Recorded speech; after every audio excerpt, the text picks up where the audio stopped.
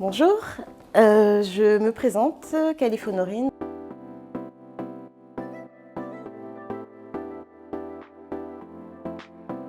Donc, je suis actuellement développeuse de projet et je suis en formation de responsable d'établissement en économie sociale et solidaire au sein d'Initiative Bourg-la-Reine. Alors, par rapport à mon parcours, j'ai toujours travaillé dans le social. Bon, j'ai commencé dans la restauration, qui n'avait rien à voir avec le monde du social, en tant que TISF, donc technicienne d'intervention sociale et familiale. Je développe un pôle d'accompagnement social expérimental pour un public de jeunes de 18 à 25 ans. J'ai décidé de développer mes compétences en m'inscrivant à la formation de responsable d'établissement en économie sociale et solidaire, puisque c'est une formation en fait, qui me semble assez complète. Ça m'a appris à rentrer vraiment dans le cœur du social au sein des maisons, des habitations, des familles.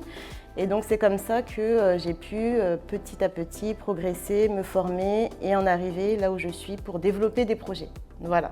Donc ce qui m'intéresse vraiment dans le social, c'est vraiment essayer de toucher un plus large public en développant des projets qui correspondent au public.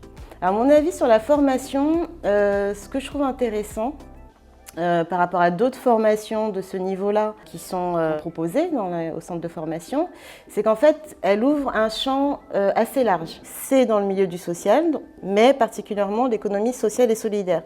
Donc ça peut intégrer aussi le monde de l'entreprise. Alors ce qui est intéressant, c'est que c'est une formation vraiment professionnelle.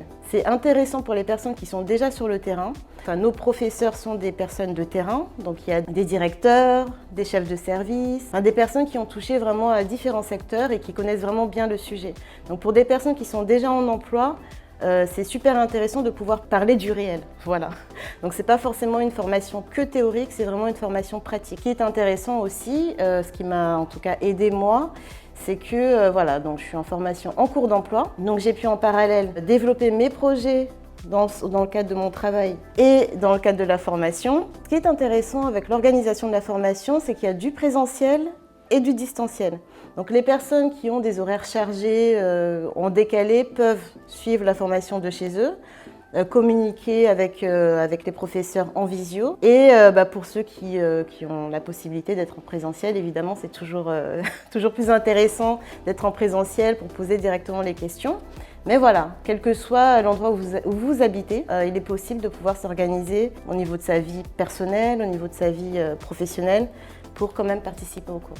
Donc mon projet après la formation, disons qu'il est rempli de perspectives. C'est actuellement dans le poste que j'occupe, c'est de faire évoluer la structure, trouver des sources de financement dans l'économie sociale et solidaire évidemment. Par la suite, éventuellement développer un projet personnel puisque voilà, j'ai plein d'idées et cette formation-là, les compétences qu'on acquiert permet justement de pouvoir mettre en application les projets.